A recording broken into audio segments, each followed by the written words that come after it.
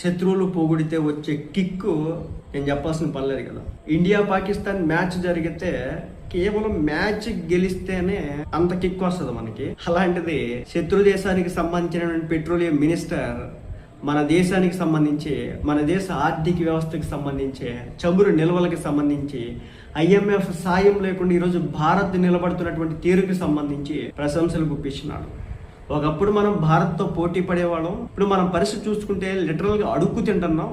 IMF fund ఇవ్వకపోతే గనక మన బతుకు కుక్కల చించినటువంటి ఇస్తరే అనేది వీడి యొక్క మాట అనమాట. ముఖ్యంగా భారతదేశం యొక్క ఆర్థిక ప్రణాళిక గురించి వీడు మాట్లాడుతా, భారత్ ఒక బాధ్యతాయుతమైనటువంటి ఆర్థిక శక్తిగా ఎదుగుతుంటే పాకిస్తాన్ అప్పుల ఊబిలో చిక్కుకుపోయింది, తమ దేశం భారత్ను చూసి పాఠాలు నేర్చుకోవాలని చెప్పేసి ఈ వ్యక్తి మాట్లాడడం అయితే జరుగుతుంది. ఇది భారత్. స్వాతంత్ర్యం వచ్చిన తర్వాత దగ్గర నుంచి మనం అన్ని చాలా అడ్డుబాట్లు పడ్డాం.